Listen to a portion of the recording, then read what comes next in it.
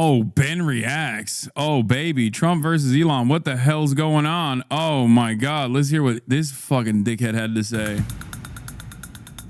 Woo! So what the hell is going on? That is the question on everybody's mind. Obviously, Elon Musk and President Trump are now going at it like cats and dogs. And there'd been a lot of speculation for a long time that this marriage would never quite last. You're talking about the world's richest man versus the world's most powerful man. You're talking about two men who combined made President Trump president. Obviously, most of that is President Trump, but Elon's weight was not insignificant in the last election cycle. You're talking about a coalition between tech and sort of blue-collar workers. There are a lot of issues at play, but I want to break down what exactly is going on along three lines. There is the political, there's the business, and then there's the personal.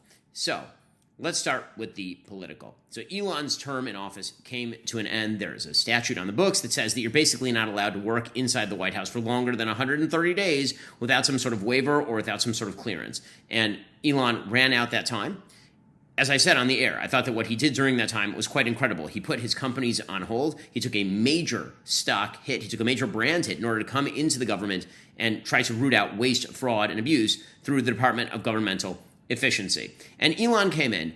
It's gotta be weird to just like, wait, what the fuck? This actually went viral? Y'all are crazy. All right, well, I guess we gotta fucking add more gasoline to the fire, you know? Believing that he would be capable of doing all of that because, you know, if you don't have a lot of time in the government, you always believe, as President Trump believed in his first term, that basically politics runs just like a business should run. Meaning you can come in, you can fix the problems, and then you can move on to the next problem and fix that. You can come in, cut everybody. You know, Elon was doing the kind of thing that Steve Jobs used to do. Steve Jobs, of course, famously used to go into the elevators at Apple, and if he saw an employee, he'd ask them what they did. If they couldn't explain, he would fire them. Elon actually tried to do that exact same thing with the federal employment base. It doesn't work that way. So Elon was running up against the hard walls of what politics actually looks like.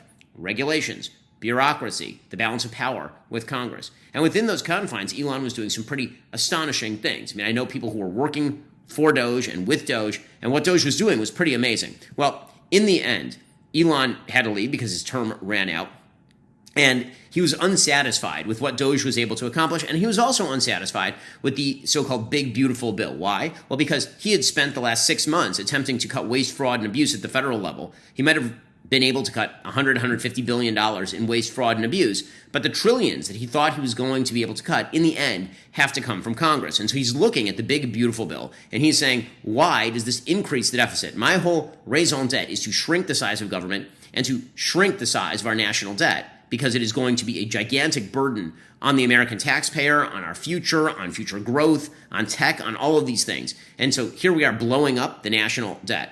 So that is Elon's perspective politically.